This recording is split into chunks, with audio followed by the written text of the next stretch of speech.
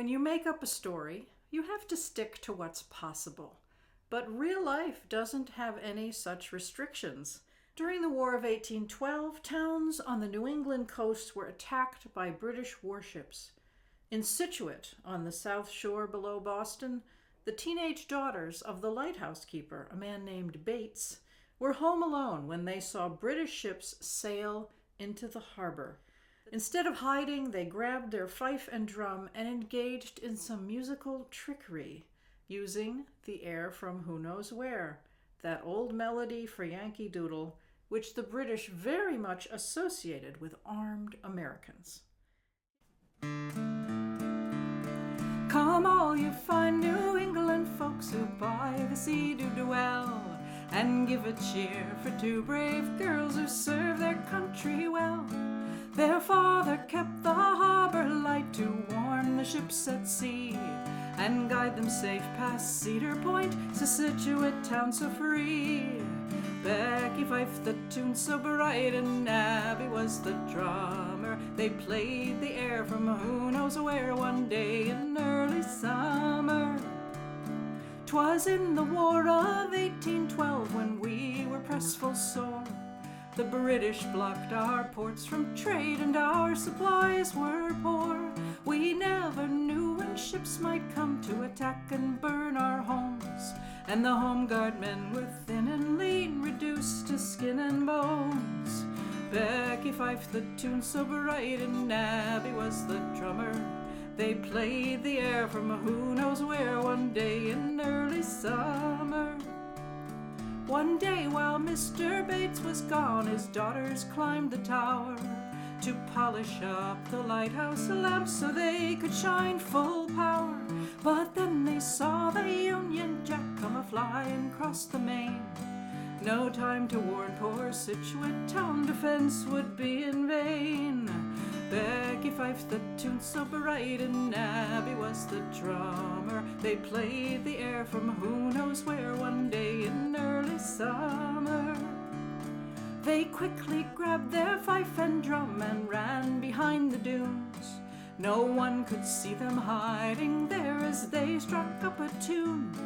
They could have hidden quietly to escape the English guns, but those Yankee girls played a Yankee tune as loud as could be done. Do do do do do do do do do do do do do.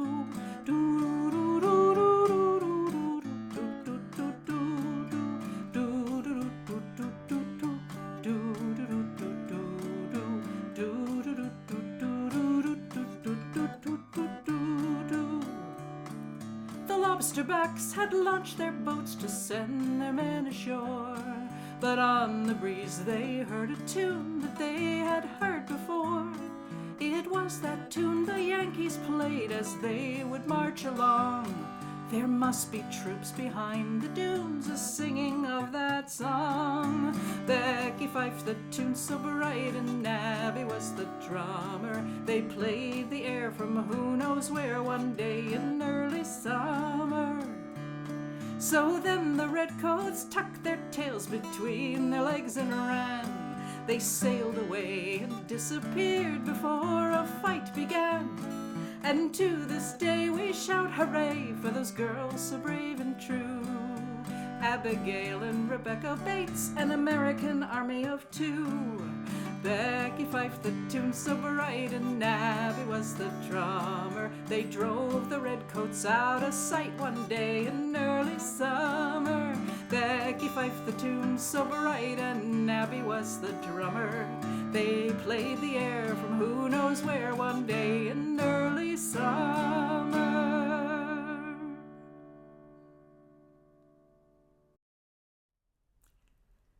Cities by the sea, such as Gloucester, were full of stories about mysteries of the deep, like mermaids and sea serpents.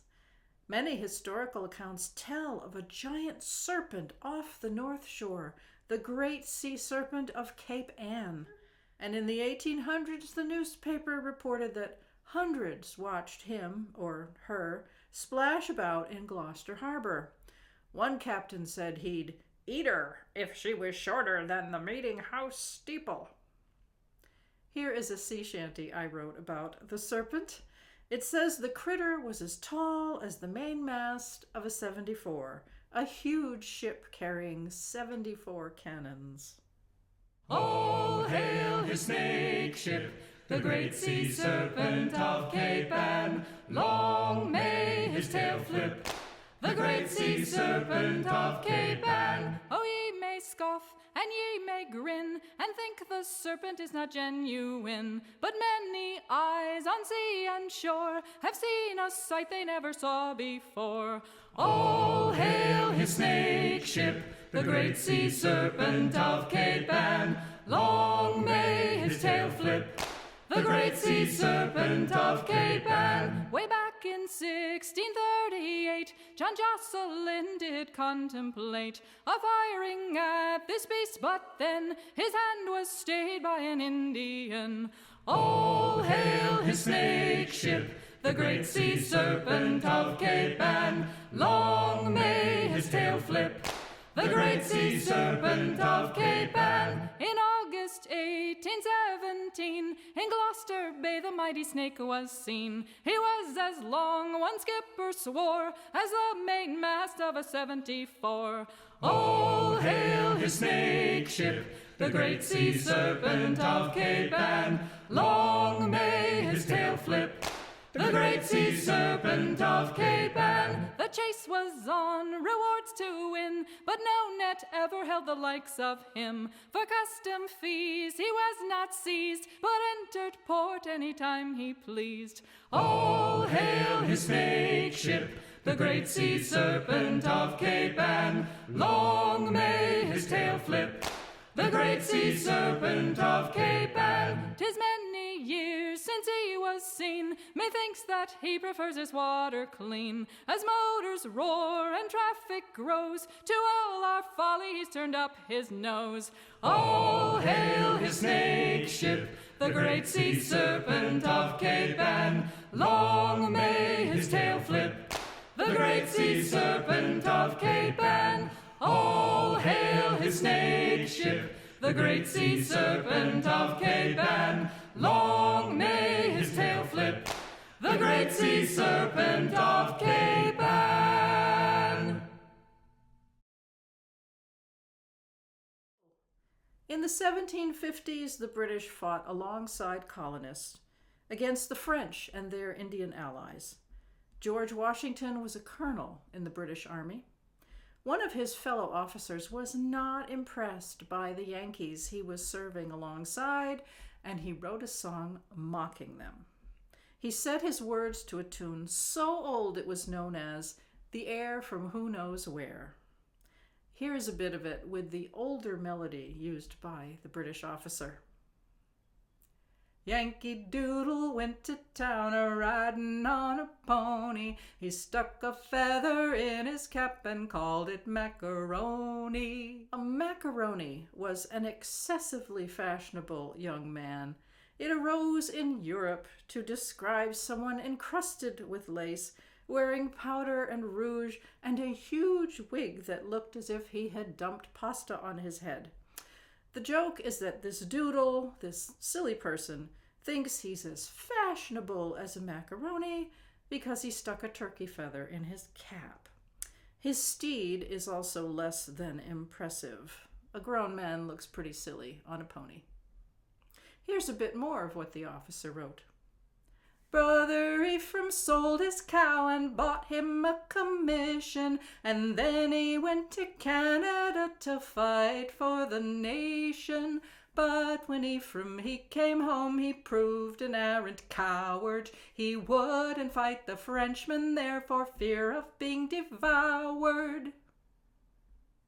Over the next 20 years, this silly song, so perfect for marching, gained many more verses, some with the type of humor you'd expect from soldiers. The melody changed a bit too.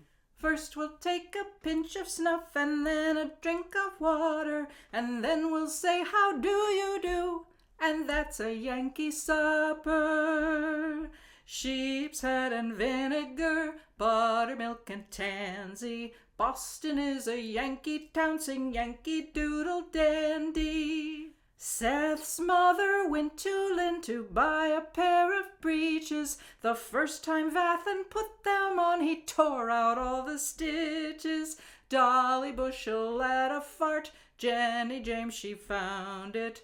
Ambrose carried it to the mill where Dr. Warren ground it. Our Jemima's lost her mare and can't tell where to find her, but she'll come trotting by and bring her tail behind her. Two and two may go to bed, two and two together, and if there is not room enough, lie one atop the other. This last verse probably refers to bundling, an old New England tradition. A young man visiting your daughter might not be able to return home, so they were allowed to share a bed, fully clothed, with a bundling board between them under the covers. How well this worked is shown by a fascinating statistic. In the 1700s, nearly 40% of New England brides were pregnant when they got married. This was not considered a problem unless the wedding did not take place. Most people considered it a good omen that the couple would be blessed with children. If a man promised to marry you and did not do so, it was called breach of promise. From at least the Middle Ages to the early 1900s, a man's promise of engagement was in many places considered a legally binding contract, and a jilted woman could sue for compensation. Yankee Doodle gained dozens more verses when Washington took command of the Continental Army on Cambridge Common on July 3, 1775. Over 20,000 men mustered to it on fife and drum. An insulting song had become a favorite marching tune. The new verses were just amusing. It's never had any political content. Here's some about a young boy agog at the chaos of a military camp. Father and I went down to camp along with Captain Gooding, and there we saw the men and boys as thick as hasty pudding. Yankee Doodle, keep it up, Yankee Doodle dandy. Mind the music and the step, and with the girls be handy. There was General Washington upon a snow-white charger. He looked as big as all outdoors and thought he was the larger. Yankee Doodle, keep it up, Yankee Doodle dandy. Mind the music and the step, and with the girls be handy. And there I saw a pumpkin shell as big as Mother's basin, and every time they touched it off, they scampered like the nation. Yankee Doodle, keep it up, Yankee Doodle dandy. Mind the music and the step, and with the girls be handy. The troopers too would gallop up and fire right in our faces.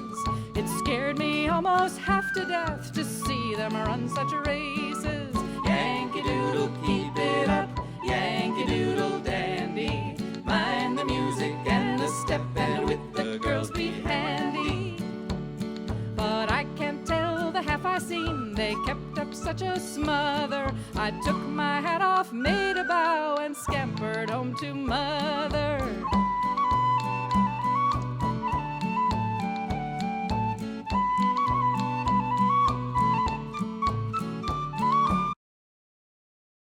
There are dozens of folk songs about women disguising themselves as men to join the Army or the Navy. It makes a good story, and most assume it's just made-up folk tales. But for centuries, women have done just that. One that we have excellent documentation for is an English woman named Mary Ambree, who joined the Army, disguised as a man, in 1580. She rose to the rank of captain, and in 1584 helped liberate the town of Ghent in Holland. When her secret was discovered, she was not sent home in disgrace. She was given a medal and a pension, a priceless reward that guaranteed support in later life. Ballads were written about Mary Ambree. You'd think they would condemn her for stepping out of her place, but they were invariably admiring. Songs about female warriors became a staple over the next few centuries, and women kept doing it right through the Revolutionary War and the Civil War and even the First World War. The military was desperate for soldiers and sailors. Press gangs roamed the land. In this early version of a woman warrior song, a young woman cuts her hair, although sailors usually wore their hair long, often in a braid. She puts on a pair of trousers and gets listed or enlisted in the Navy.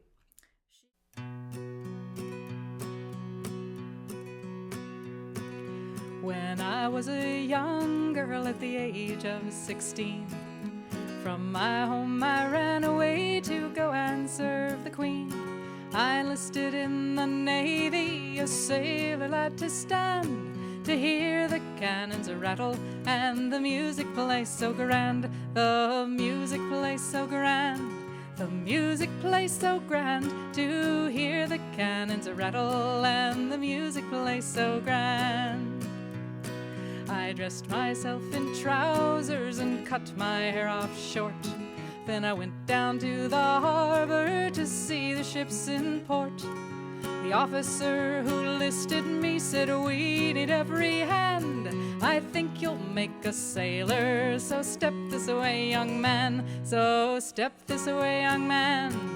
Step this way, young man. I think you'll make a sailor, so step this way, young man." He took me to my bunkmates down where the hammocks swayed, and lying by a sailor's side I never was afraid. But taking off my old blue coat, I sometimes used to smile, to think myself a sailor and a maiden all the while, a maiden all the while, a maiden all the while, to think myself a sailor and a maiden all the while. They sent me up to London to be guard o'er the tower, and there I would have been until this very day and hour. But a young girl fell in love with me, she found I was a maid. She went straightway to my captain, and my secret she betrayed. My secret she betrayed. My secret she betrayed. She went straightway to my captain, and my secret she betrayed. My captain, he sent for me to see if it was true, and how could I deny the tale that he already knew? "Here's a pension of war for you," he smiled and he said, "'Tis a pity we should lose you, such a sailor as you made, such a sailor as you made, such a sailor as you made. 'Tis a pity we should lose you, such a sailor as you made." So fare thee well, my captain, you have been kind to me, and fare thee well, my comrades, you ne'er forgot shall be. And should the British Navy fall short of any men, I'll doff off my hat and feathers, and I'll run the rigging again. I'll run the rigging again. I'll run the rigging again. I'll doff off my hat and feathers, and I'll run the rigging again. I'll run the rigging again. I'll run the rigging again. I'll doff off my hat and feathers, and I'll run the rigging again.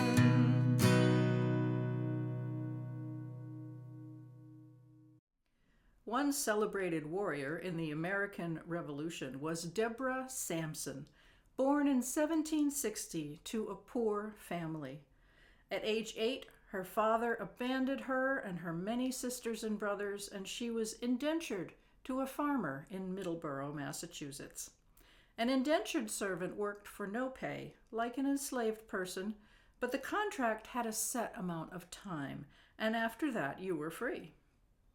Deborah was needed because this farmer had a large family, 10 children, all boys.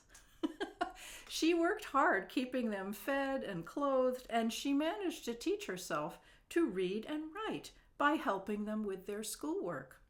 When her contract ended at age 18, she became, of all things, a teacher, a schoolmarm. She knew how to handle a passel of boys, which was what schoolrooms were full of back then. Girls generally did not go to school. Deborah also worked as a weaver, traveling from house to house to turn thread into cloth. Deborah also spent time at a tavern where the owner's son was off fighting in the Revolutionary War. Just before the official end of the war, she enlisted and continued to serve for a couple of years, dealing with loyalists who continued to fight. Most soldiers had gone home, so the army was glad to take anyone willing to keep the peace.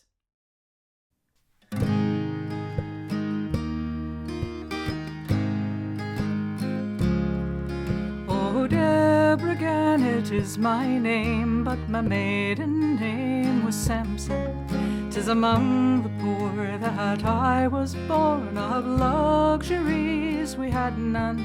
And when I was 8, my old dad ran off, leaving too many mouths for feeding. I was sent to work on a Middleborough farm where 10 children needed keeping. Endless work in the house and plot, not a single girl in the whole wild lot. I was tall as an oaken tree. I was tall and as strong as can be. Bold as the spark in my blue, blue eyes, looking sharp for to fight for liberty.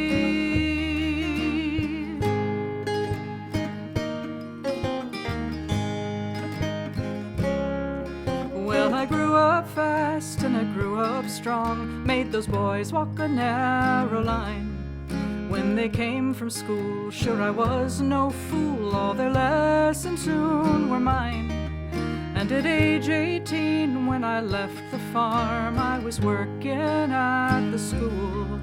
And I wove and spun all around the town after teaching the golden rule. It was 2 long years since the war began, and I longed to fight just like any man. I was tall as an oaken tree. I was tall and as strong as can be. Bold as the spark in my blue, blue eyes, looking sharp for to fight for liberty.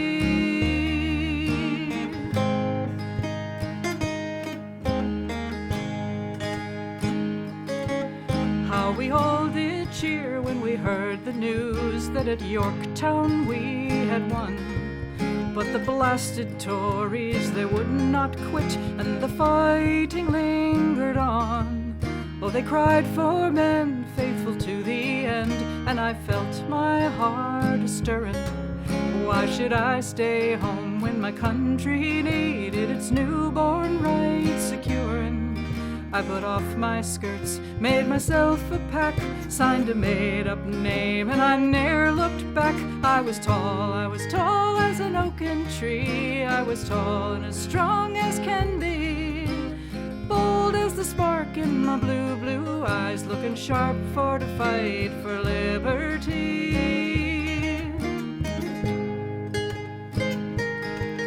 Well, in 82 I marched off to fight. Robert Shirtliff became my name.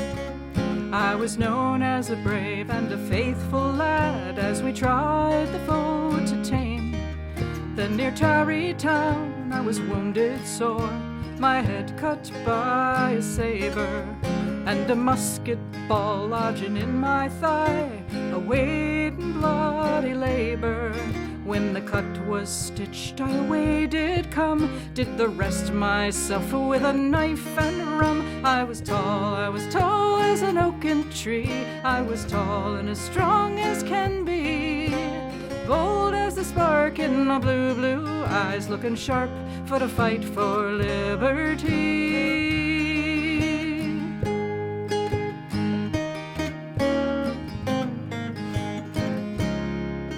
Well, they found me out and I went back home, though they mourned to lose such a soldier. They sent me off with a rousing cheer and a discharge filled with honor. I put on my skirts, settled down to wed, had 3 babes plus 1 a foundling.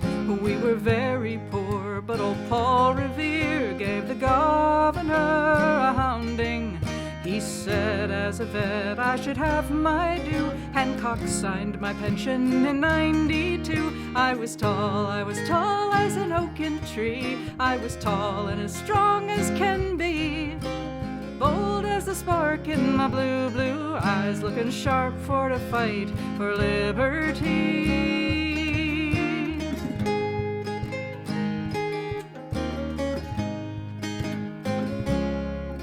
Oh, I traveled round when my babes were grown for to earn some ready money. Wore my soldier duds, told my soldier tale. Oh, they came like flies to honey. And my story spread all across the land, though the lies they told were many. I was just a brand new American, fury bound to do her duty. And as I grow old, how I oft recall the adventures I'd ne'er trade at all. I was tall as an oaken tree. I was tall and as strong as can be. Bold as the spark in my blue, blue eyes, looking sharp for to fight for liberty. I was tall as an oaken tree, tall and as strong as can be. Bold as the spark in my blue, blue eyes, looking sharp for to fight for liberty, for liberty.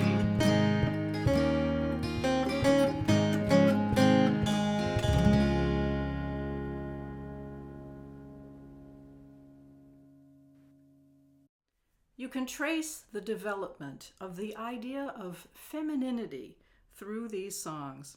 In early versions, a girl is just seeking adventure, serves boldly, is wounded and discovered, and retires in glory, often with a medal and a pension. In later versions, she follows her sweetheart, who may have been pressed into service. Sometimes her beloved says it might be best if she stays home and waited, like women in the many Broken Token songs. In those, lovers exchange 2 parts of a ring or a bracelet, and he sails off. She loyally waits for him for years. A favorite number is 7. And she pines beautifully on the shore.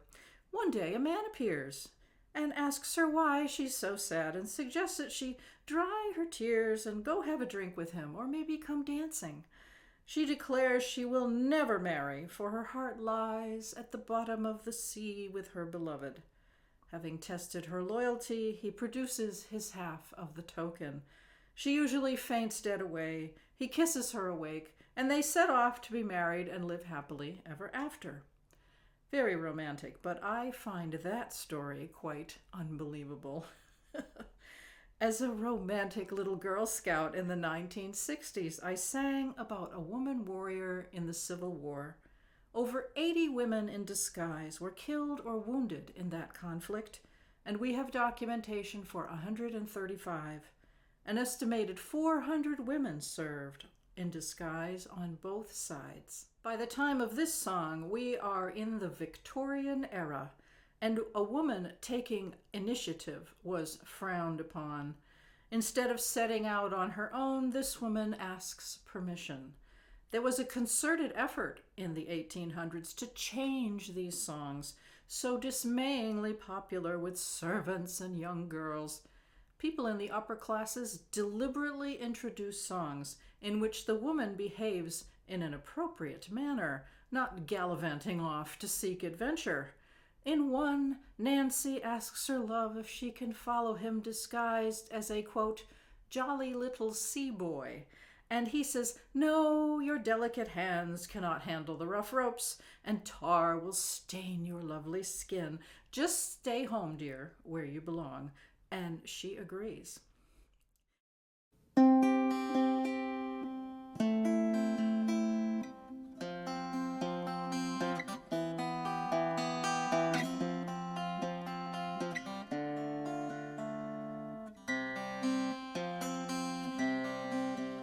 The cruel war is raging. Johnny has to fight. I want to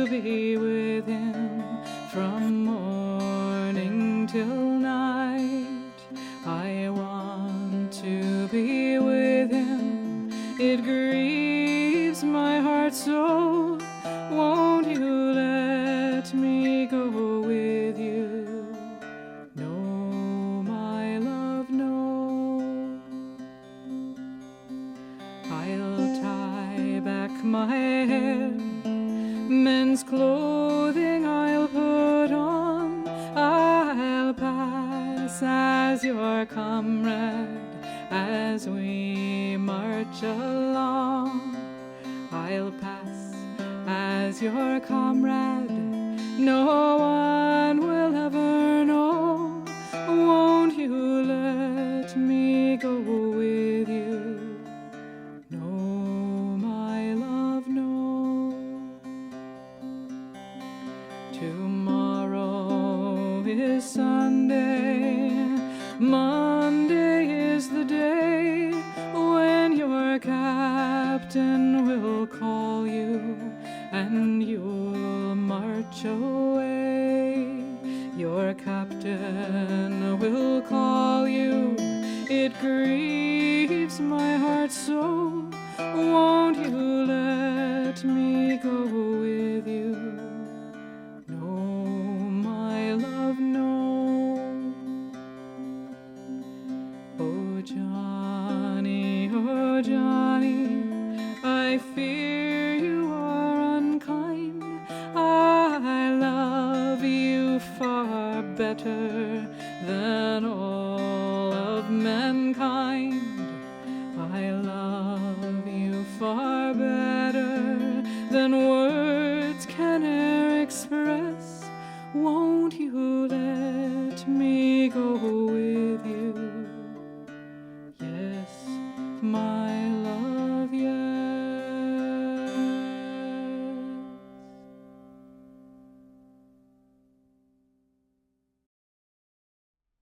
Even if women were not fighting in disguise, for centuries they were in military camps and often right on the field of battle.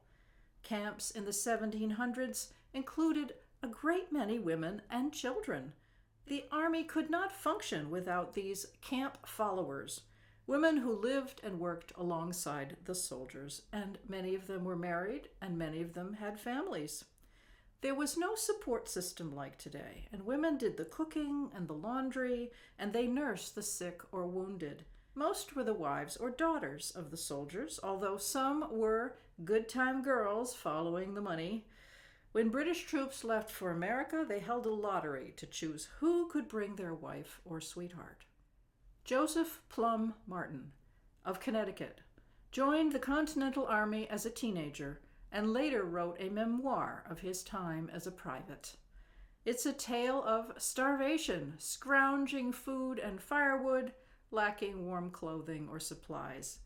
There was not yet a government to fund them, so soldiers brought their own guns and had no uniforms. Shoeless troops famously froze and starved at places like Valley Forge.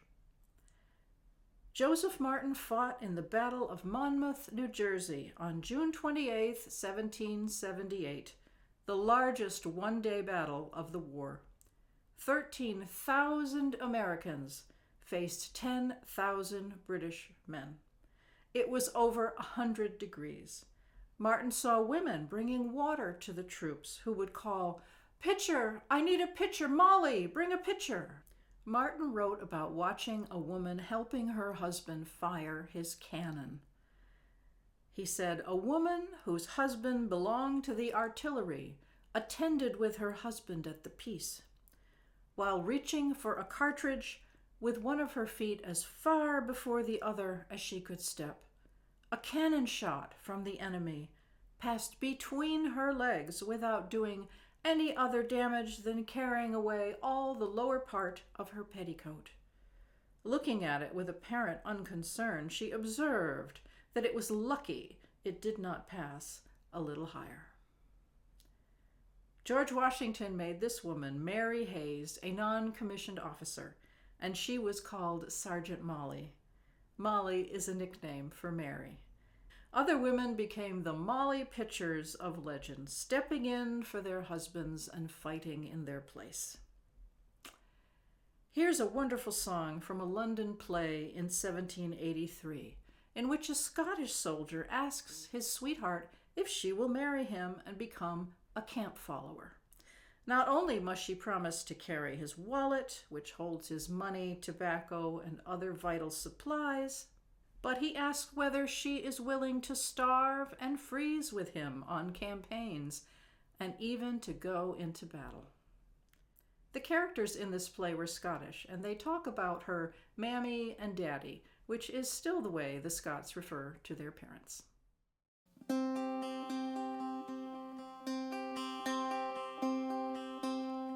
Oh, say, bonny lass, can you lie in a barrack and marry a soldier and carry his wallet? Oh, say, will you leave both your mammy and daddy and follow to the camp with your soldier laddie? Oh, yes, I will do it and think nothing of it.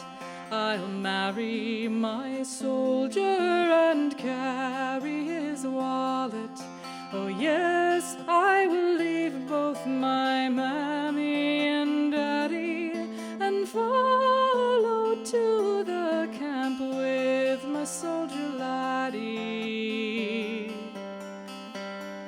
Oh, say, bonny lass, will you go a-campaigning, endure all the hardships of battle and famine?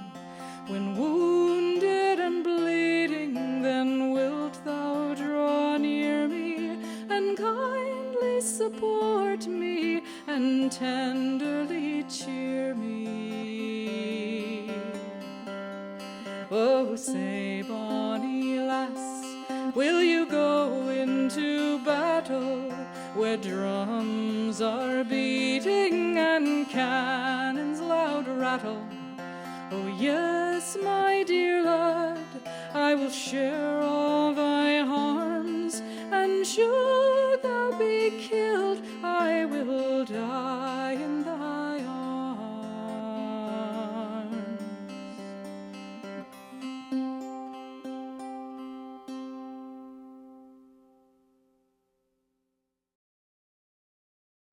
Wealthy men love to gather in clubs to smoke, drink, and sing. In the 1760s in London, two members of the Anacreontic Club wrote a theme song for their club entitled To Anacreon in Heaven. Anacreon was a Greek poet known for his odes to love and wine. In this song, Jove, the king of Olympus, flies into a rage, worried that the nymphs and goddesses will leave Mount Parnassus and flit down to Rowley's, a London tavern, to party with the guys in the club. You will recognize the melody that they wrote.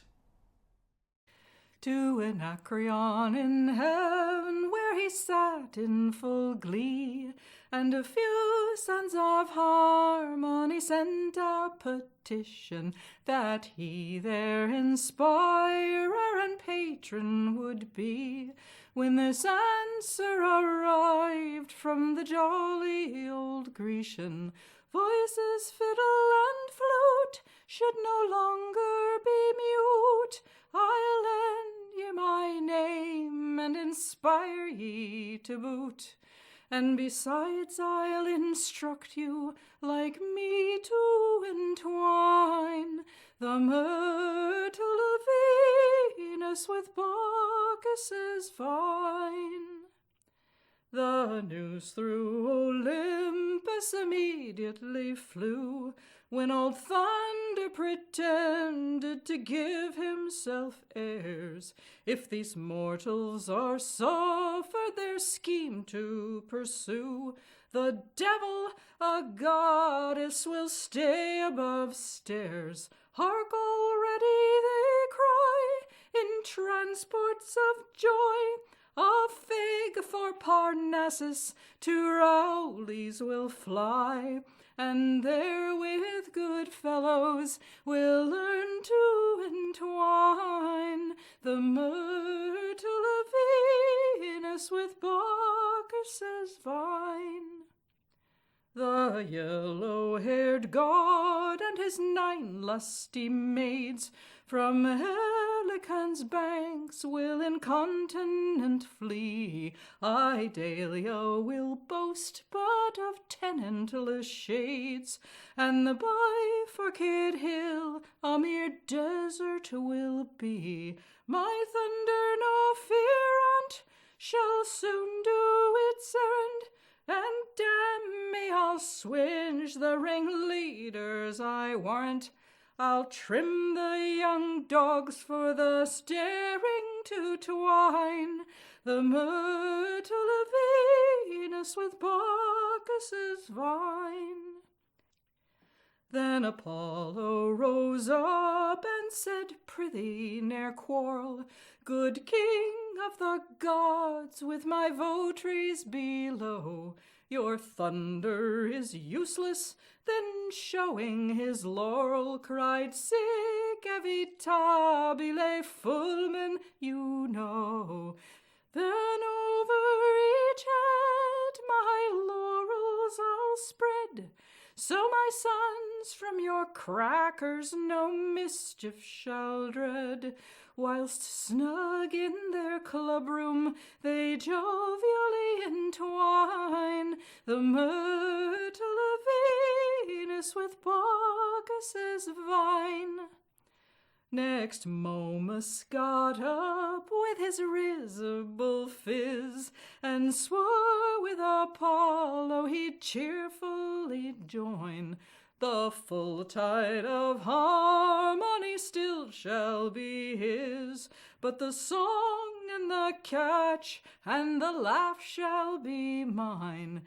Then Jove, be not jealous of these honest fellows, cried Jove, we relent since the truth you now tell us, and swear by old Styx that they long shall entwine the myrtle of Venus with Bacchus's vine.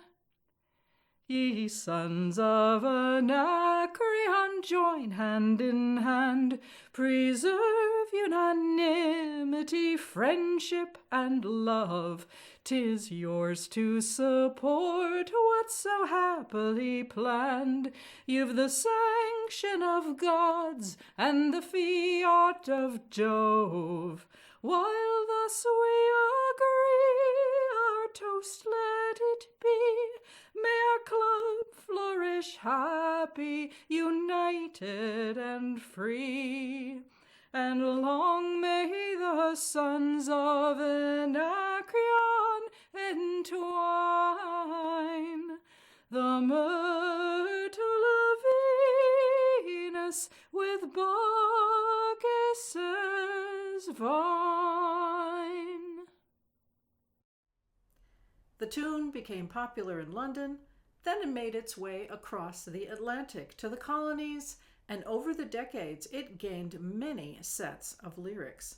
Francis Scott Key used it for several poems until he wrote The Star-Spangled Banner in 1814. Here is a ballad I wrote about women who sailed to New France in the 1600s to marry the settlers in the colony that is now Quebec. They were called Les Filles du Roi, the king's daughters, because Louis XIV was acting as their father by paying their dowry. Several of my ancestors were filles de roi. Among their many superstitions was the belief that the first to get into bed on the wedding night would be the first to die. Come and sit by me, mes amis, let's have some wine. Retell to me your stories and I will tell you mine. Just yesterday we stood at the altar for to wed. No more, mademoiselle, now we have become mesdames instead. How do you like your husbands? Do they treat you well? I'm sure we all have interesting tales to tell. Are you still glad we came to live in this new France? The tune is called And Surely We Must Learn to Dance.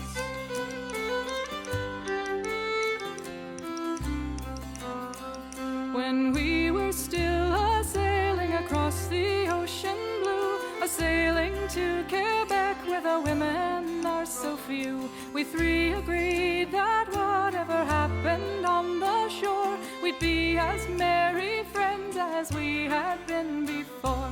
So now it's time to share what we most want to know. What happened when your bridegroom took off his chapeau? For everybody knows the saying, that's no lie. The first to bed will surely be the first to die.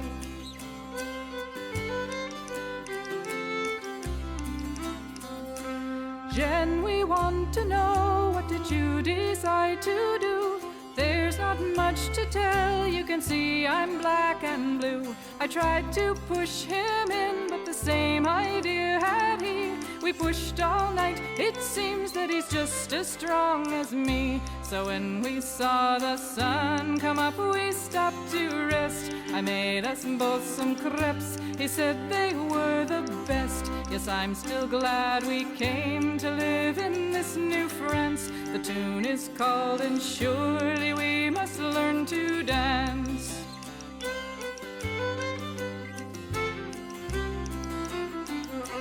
Marguerite, my dear, now it is your turn to tell. Did you and your new husband push till dawn as well? Oh no, my man suggested that we sleep on the floor. The blankets kept us warm and he didn't even snore. So neither of us was the first to get in bed. Our fate will stay a mystery till one is dead. I am content we came to live in this New France. The tune is called And Surely We Must Learn to Dance.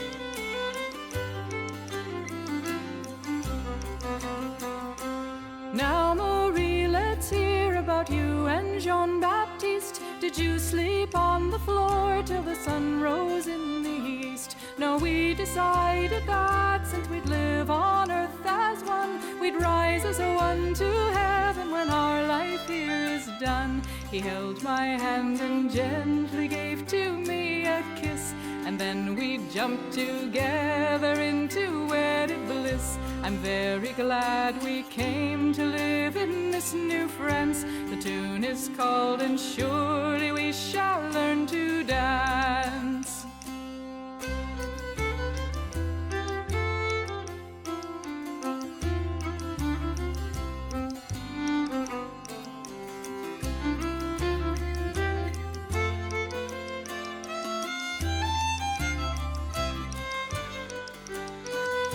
And now the bottle's empty and we must go home. We all are married ladies now and should not roam. But don't forget a bon ami in this New France. I hear the music playing, now it's time to dance. During the 1800s, merchant ships were the trucks of their day. A vast array of vessels carried goods all around the world. Before roads and highways, it was much easier to sail from one port city to another than to move things across land, and some ships never went far out to sea at all. Others undertook long journeys away from home for years. In Joan Druitt's wonderful book, Hen Frigates, we hear about women who married ship captains. A captain was a big catch. He was a rich man high in society, but after your wedding he was liable to get on his ship and sail away for a couple of years. So if you wanted to have a marriage, you went with him, and a surprising number of women did just that. A hen frigate was a merchant ship with the captain's wife aboard, and the sailors generally really liked having the captain's wife aboard. She provided interesting baked goods and lots of comforts they wouldn't have had otherwise. They had children, and they grew up on board the ships learning to climb the ropes, and the sailors loved to teach them bad words. They thought nothing was funnier than seeing this curly-haired moppet swearing like a sailor. Druitt wrote about a shipwreck in 1857 off the Florida Keys, and there were newspaper articles about it. The woman involved was not named. I have tried to tell the story without making anything up that I didn't know, and the choruses are in the voices of the crew.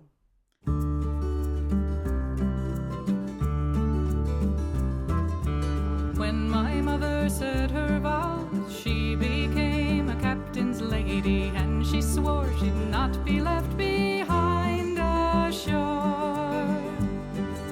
So she sailed upon the deep, by her husband's side she traveled, and when children came she raised us on the sea.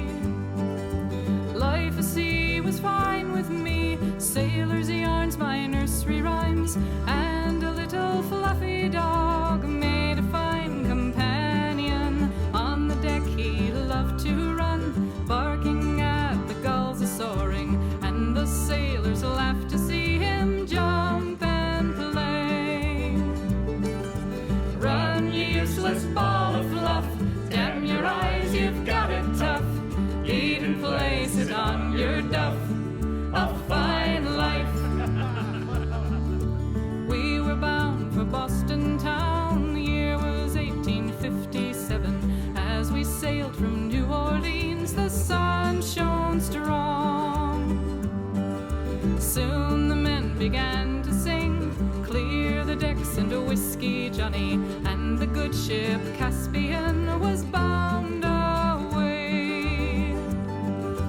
Father stood behind the wheel as we rounded on the keys, watching for the reefs that lay in wait for careless sailors. Then the wind began to rise as we passed Bahia Honda. O'er the crashing waves I heard the first mate sing. "Aye, you useless ball of fluff, now the old man's in a huff. Captain Truvant takes no guff, a fine life." In the storm we lost our way, then we felt an awful shudder. At the mighty blow all hands were felled as one. Mother hauled us up on deck, where we found no one in charge, for father had been thrown overboard and now was gone. We could see a crowd on shore, but all they could do was watch. No help could they offer us as water filled our hold. As the ship began to list, mother held us close and stared into the hungry waves where we would soon be lost. Suddenly she raised her head, spied the dog held in my arms, pulled a ball of twine from her apron pocket. She tied the end to his collar, took him from my arms, and turned to face the sea. Now she said, "You tiny mite, you must swim for all you're worth." With that she tossed him overboard and held the twine. I could hardly bear to watch, fearing that my pet would drown, and all of us would follow him through death's dark door. My brother came and held my hand, wet and trembling in the wind. The first mate helped my mother pay out twine and hold it tightly. Then the men began to shout, cheering on the tiny head that bobbed among the savage waves so high and wild. "Swim, you little ball of fluff, though the sea be mighty rough. Come on, lad, you're strong enough, a fine life." All hands stood upon the deck, all eyes peering toward the shore, to see a speck of white emerging from the surf. A gentle tug upon the twine let us know that we should tie a stouter rope to pull the cable to the shore. Soon we all were pulled aloft, in a boatswain's chair we rode, from the dying Caspian to safety one by one. Then we gave a mighty cheer as I embraced my little friend and whispered in his ear, "You lovely ball of love." "Aye, you lovely ball of fluff, smaller than a powder puff, but your heart is stout enough. A fine life. Aye, a lovely ball of fluff, smaller than a powder puff, but your heart is stout enough. A fine life.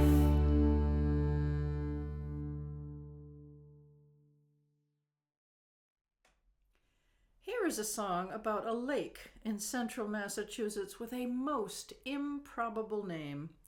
Generally called Webster Lake, the people who lived there for thousands of years called it Lake Chargogagog Manchagagog Chabanagungumog. Let's go canoeing on Lake Chargogagog Manchagagog Chabanagungumog. Scenery viewing on Lake Chargogagog Manchagagog Chabanagungumog. On ancient deeds it's Chabanagungumog, easier to say by far. I don't know how it got so long, but now it's quite bizarre. Oh, let's go canoeing on Lake Chargogagog Manchagagog Chabanagungumog. Pleasure pursuing on Lake Chargogagog Manchagagog Chabanagungumog. The Nipmuc tribe would meet with the Mohegans. The treaty went this way. You fish on your side, I'll fish on mine, and nobody's allowed to fish in the middle. So that is why we say, oh, let's go canoeing on that lake with the really, really, really, really, really long name. Not overdoing, 'cause if we paddle too hard, we'll be sore and that'll be a shame. The Narragansetts powered with the Pequots on this peaceful shore, with lots of fish for everyone. They had a fine rapport. Let's be reviewing. It's Lake Chargogagog Manchagagog Chabanagungumog. Syllables chewing.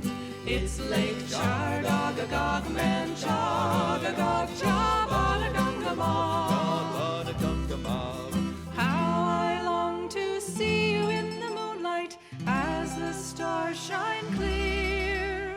Darling, won't you hold me close and whisper in my ear? Oh, let's go canoeing right now. on Lake Chargogagog Manchagagog Chabanagungumog. Gungumog. Romance ensuing Right now. on Lake Chargogagog Manchagagog Chabanagungumog. Chabanagungumog.